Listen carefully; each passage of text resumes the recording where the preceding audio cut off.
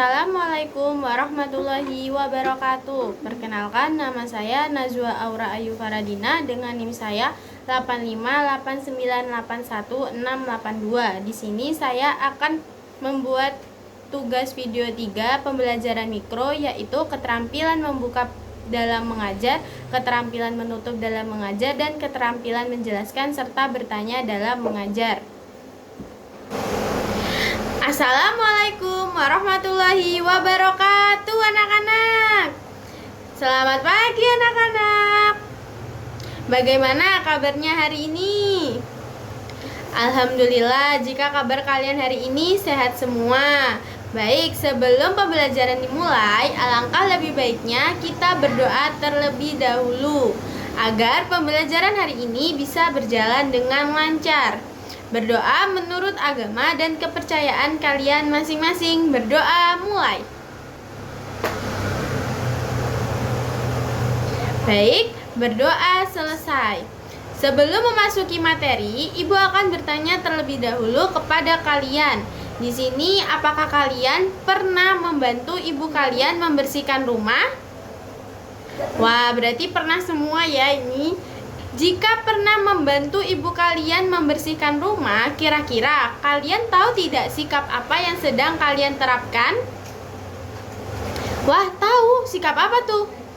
Yap, betul. Sikap yang sedang kalian terapkan ketika kalian membantu ibu kalian membersihkan rumah adalah sikap gotong royong. Dan hari ini kita akan belajar materi gotong royong. Kita akan belajar tentang pengertian gotong royong, ciri-ciri gotong royong, manfaat gotong royong, dan juga penerapan gotong royong. Ibu berharap dengan itu kalian bisa memahami dan menerapkan gotong royong di lingkungan kalian. Kita akan membahas pengertian gotong royong terlebih dahulu. Gotong royong adalah kegiatan yang dilakukan secara bersama-sama untuk mencapai tujuan tertentu. Nah, gotong royong ini dilakukan secara ikhlas tanpa mengharapkan imbalan. Gotong royong merupakan salah satu sikap yang ada di masyarakat Indonesia, yang dimana sikap tersebut harus kita lestarikan dan kita jaga. Selain pengertian gotong royong juga memiliki ciri-ciri. Jadi ciri-ciri pertama gotong royong yaitu dilakukan bersama-sama. Jadi gotong royong tidak hanya dilakukan seorang diri, tetapi dilakukan oleh beberapa orang. Seperti kita di kelas, maka gotong royong tidak dilakukan oleh satu anak, tetapi beberapa anak atau satu kelas di dalam kelas tersebut. Terus yang kedua yaitu saling membantu satu sama lain. Jadi ciri-ciri gotong royong yaitu kita harus saling membantu satu sama lain. Kita bisa membantu teman kita, bisa membantu orang tua kita, ataupun bisa membantu tetangga-tetangga kita yang terkena musibah. Yang ketiga, ciri gotong royong yaitu mengutamakan kepentingan bersama dibandingkan kepentingan pribadi. Jadi, ciri-ciri gotong royong dengan mengutamakan kepentingan bersama adalah kita lebih mendahului atau memprioritaskan kepentingan bersama dengan orang-orang di sekitar kita dibandingkan dengan kepentingan kita pribadi. Ciri-ciri yang keempat dari gotong royong yaitu dilakukan secara sukarela. Jadi, kita melakukan gotong royong itu kita tidak mengharapkan sepeser pun imbalan. Jadi kita melakukannya dengan ikhlas dan sukarela sesuai dengan hati nurani kita. Yang kelima yaitu ciri-ciri gotong royong itu dapat menumbuhkan rasa persatuan, solidaritas, dan kekompakan kita.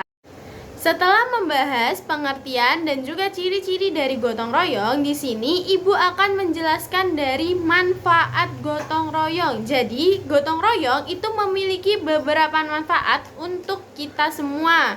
Jadi kalian harus tahu ketika kalian melakukan gotong royong, maka kalian akan mendapatkan manfaat dari gotong royong itu sendiri. Nah, manfaat yang pertama yaitu pekerjaan akan lebih ringan, dimana jika dilakukan bersama-sama, maka pekerjaan itu akan lebih cepat selesai dan tidak terasa berat. Yang kedua yaitu mempererat persatuan dan persaudaraan. Jadi gotong royong akan membuat hubungan antar warga, antar kelas, ataupun antar kalian di rumah, antar keluarga, itu lebih akrab, lebih harmonis, dan lebih nyaman dan tentram tentunya.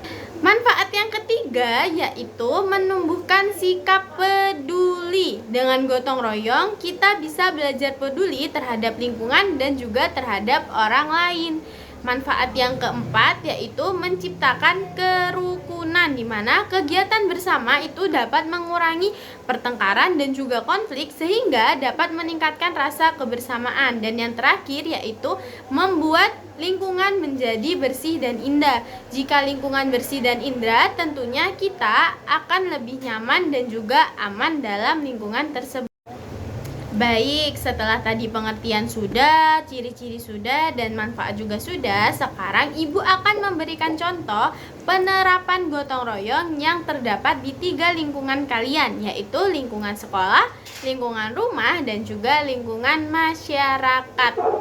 Nah, untuk contoh penerapan gotong royong di lingkungan sekolah, yang pertama yaitu melaksanakan piket kelas. Yang kedua yaitu membersihkan kelas secara bersama-sama. Misalkan ketika ada lomba kelas, nah itu kita bisa membersihkan kelas kita secara bersama-sama. Yang ketiga yaitu membersihkan halaman sekolah apabila sekolah terdapat kerja bakti bersama. Yang keempat yaitu membantu teman yang kesulitan belajar. Jadi kita bisa berdiskusi. Gotong royong tidak hanya membersihkan lingkungan, tetapi juga bisa dengan berdiskusi dengan teman. Kelima yaitu kalian bisa menata tanaman yang ada di sekolah kalian biar lingkungan kalian bisa terlihat lebih indah dan juga asri. Baik, yang kedua yaitu contoh penerapan di lingkungan rumah. Untuk contoh penerapan di lingkungan rumah, yang pertama tentunya kalian bisa membersihkan rumah bersama keluarga kalian. Yang kedua, kalian bisa membantu ibu dalam mencuci piring ataupun mencuci pakaian. Yang ketiga, kalian bisa membantu ayah dalam mencuci sepeda motor. Yang keempat, kalian juga bisa membantu kakak kalian dalam merapikan kamar kalian dan juga kamar kakak kalian. Nah, yang terakhir yaitu contoh penerapan gotong royong di lingkungan masyarakat. Nah, contoh penerapan gotong royong di lingkungan masyarakat yang pertama tentunya yaitu kerja bakti. Kerja bakti membersihkan lingkungan rumah.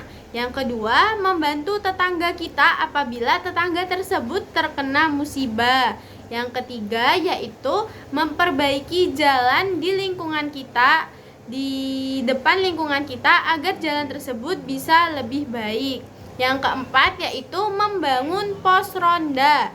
Yang kelima, membersihkan saluran air yang ada di depan lingkungan rumah kita agar tidak terkena bencana banjir. Jika kalian tidak melakukan gotong royong atau tidak membiasakan sikap gotong royong, maka hubungan kalian dengan teman, keluarga, ataupun tetangga itu akan kurang harmonis.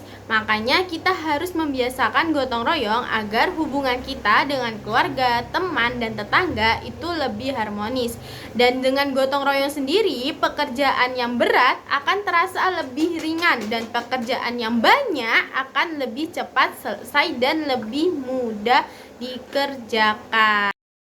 Jadi kesimpulannya materi yang Ibu sampaikan ini adalah gotong royong adalah kegiatan bekerja sama untuk mencapai tujuan bersama.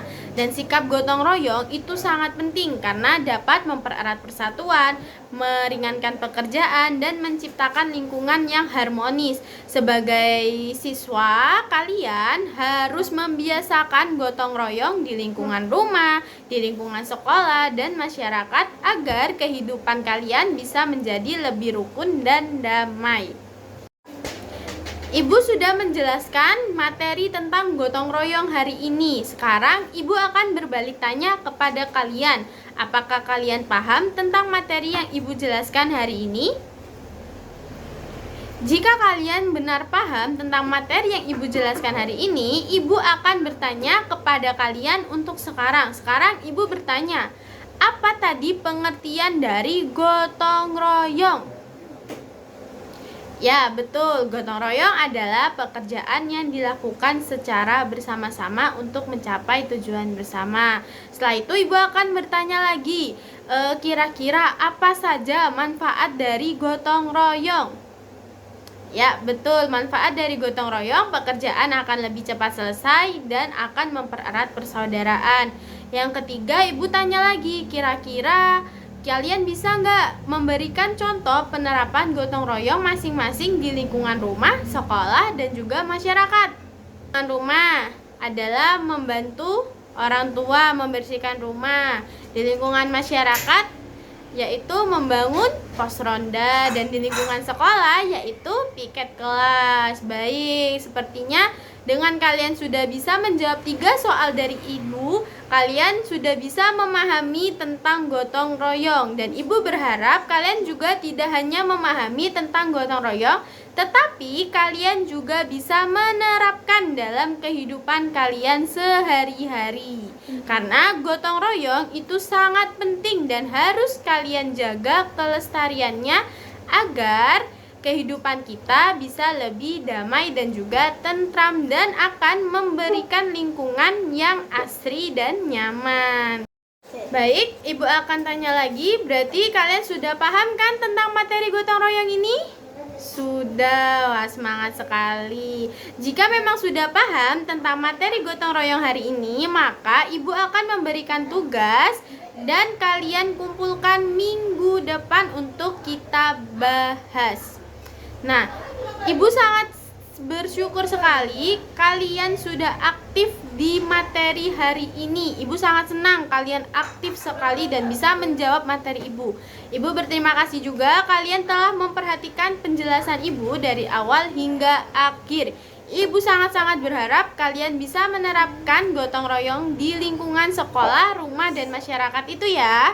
Baik, Ibu akhiri pembelajaran hari ini. Ibu mengucapkan terima kasih banyak kepada kalian. Wassalamualaikum warahmatullahi wabarakatuh. Sampai jumpa anak-anak